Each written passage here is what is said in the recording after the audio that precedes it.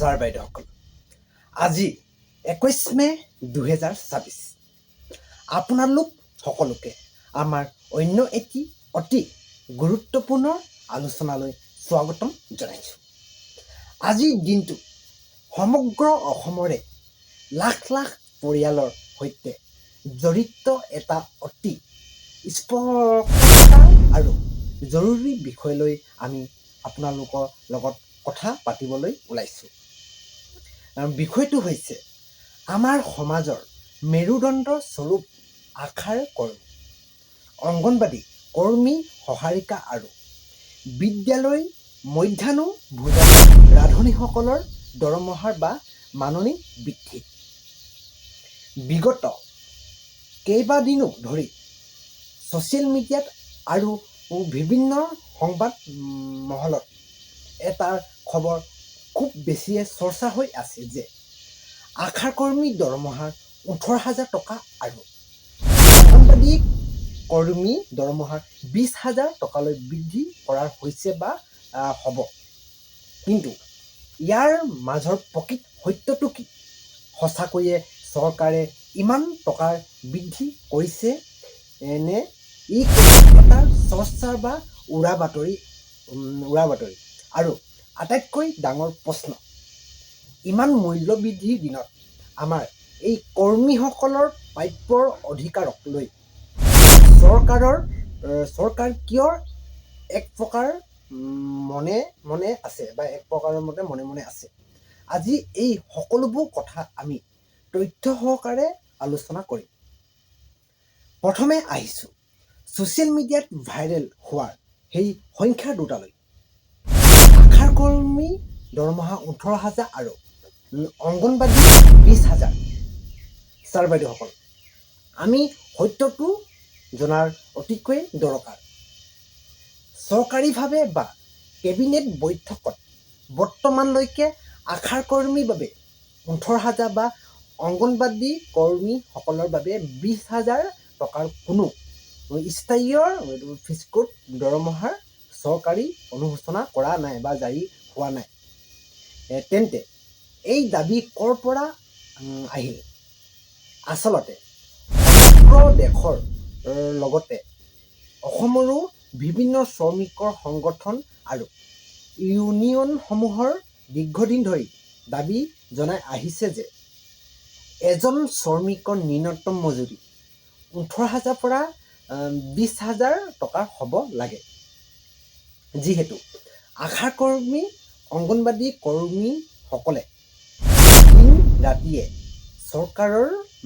চৰকাৰৰ সকলো স্বাস্থ্য আৰু শিক্ষা বিভাগৰ কাম কৰে, গতিকে তেওঁলোকক স্বেচ্ছাসেৱক বুলি গণ্য নকৰি পূৰ্ণ পৰ্যায়ৰ চৰকাৰী কৰ্মচাৰীৰ মৰ্যাদা দি এই ন্যূনতম দৰমহা দিব লাগে। এইটো কৰ্মীসকলৰ দীৰ্ঘদিনীয়া ন্যায্য দাবী। কিন্তু এতিয়াই চৰকাৰে ইয়াক সম্পূৰ্ণৰূপে কাৰ্যকৰী কৰা নাই। চৰকাৰৰ বৰ্তমানৰ স্থিতি আৰু বৰ্তমানৰ মাননি প্ৰশ্ন হয়, বৰ্তমান চৰকাৰে তেওঁলোকক কিমান দি আছে? অসম চৰকাৰৰ শেহতীয়া কেবিনেট সিদ্ধান্তসমূহলৈ চালে বা আমি লক্ষ্য কৰিলে দেখা পাওঁ যে যি চৰকাৰে মাজে মাজে কিছুমান উদগনিমূলক মাননি বৃদ্ধি কৰিছে। উদাহৰণস্বৰূপে অসম চৰকাৰে বিগত সময়ছোৱাত অংগনবাদী কৰ্মীসকলৰ ৰাজ্যিক অংশ বৃদ্ধি কৰি মুঠ মাননি প্ৰায় 8,000 টকা আৰু সহায়িকাসকলৰ বাবে 4,000 টকালৈ বৃদ্ধি কৰাৰ দৰে কিছু পদক্ষেপ লৈছিল। ঠিক তেনেদৰে আশাৰ কৰ্মীসকলৰ ক্ষেত্ৰতো কেন্দ্ৰীয় আৰু ৰাজ্যিক আঁচনিৰ অধীনত কিছুমান ফিক্সড এলাউন্স আৰু ইনচেণ্টিভ বৃদ্ধি কৰা হৈছে। কিন্তু আটাইতকৈ দুৰ্ভাগ্যজনক স্থিতি কাৰ জানেনে? আমাৰ স্কুলসমূহৰ মধ্যাহ্ন ভোজন ৰান্ধনীসকলৰ। তেওঁলোকে যি অতি নিম্নমাননি পায়। এই চৰম মূল্যৰ বৃদ্ধি সময়ত এটা পৰিয়াল এদিন চলাবলৈকো টান।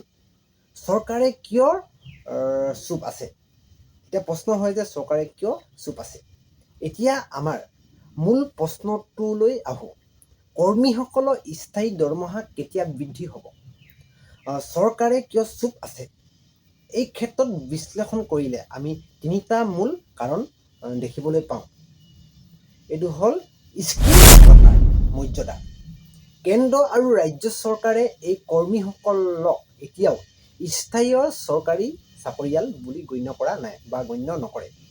তেওঁলোকক আঁচনিৰ অধীনত কাম কৰাৰ কৰ্মী বুলি ধৰা হয়, যাৰ বাবে চৰকাৰে তেওঁলোকক স্থায়ী পে স্কেল দিয়াৰ পৰা বিৰত ৰাখে। আপোনালোকে নিশ্চয় বুজি পাইছে। বিত্তীয় বোজা। অসমত প্ৰায় লাখৰো অধিক অংগনবাদী আৰু আশা কৰ্মী বাইদেউসকল আছে। তেওঁলোকক দৰমহাৰ যদি একাবেলেৰে বা একেবাৰে 18,000 বা 20,000 টকা কৰি দিয়া হয়, তেন্তে ৰাজ্য ৰাজভঁৰাল বহু ডাঙৰ বিত্তীয় বোজাত পৰিব বুলি চৰকাৰে প্ৰায় অলপ পিছহুৰি আছে বা পিছহুৰি আহে। নীতিগত পলম। কেন্দ্ৰীয় চৰকাৰৰ আৰু ৰাজ্য চৰকাৰৰ উভয়লৈ দুখীয়াৰ পুঁজিৰে এই আঁচনিসমূহ চালে। গতিকে কেন্দ্ৰই নিয়ম সলনি নকৰি অকল ৰাজ্যই গোটেই বোজা লোৱাটো কঠিন হৈ পৰে। কি কৈছোঁ আপোনালোকে নিশ্চয় বুজি পালে কথাটো।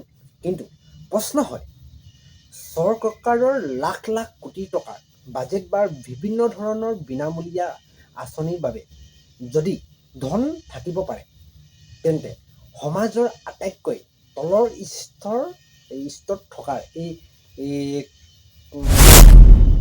কৰ্মীসকল মহিলাসকলৰ বাবে কিয় উপযুক্ত বাজেট নাথাকিব?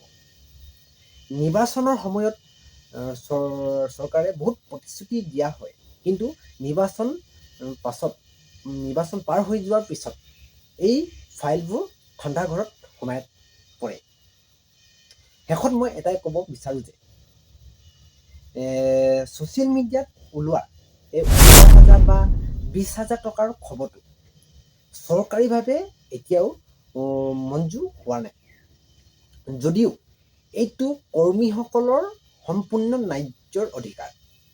বৰ্তমান এই আকাশলংঘী মূল্যবৃদ্ধিৰ যুগত এজন মানুহে মাত্ৰ কেইটামান হাজাৰ টকাৰে গোটেই মাহটো পৰিয়াল পোহপাল দিয়াটো অসম্ভৱ।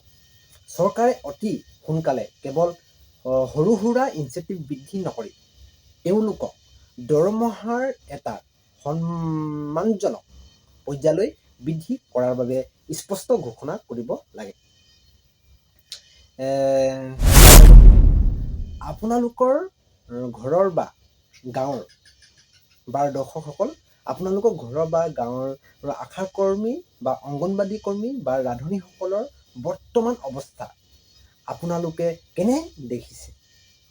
তেওঁলোকৰ দৰমহা কিমান হ'ব লাগে বুলি আপুনি ভাবে? চৰকাৰে এই বিষয়ত কি পদক্ষেপ ল'ব লাগে? আপোনালোকৰ মূল্যৱান মতামতসমূহ আমাৰ এই কমেণ্ট বক্সত নিশ্চয় আপোনালোকে জনাওক।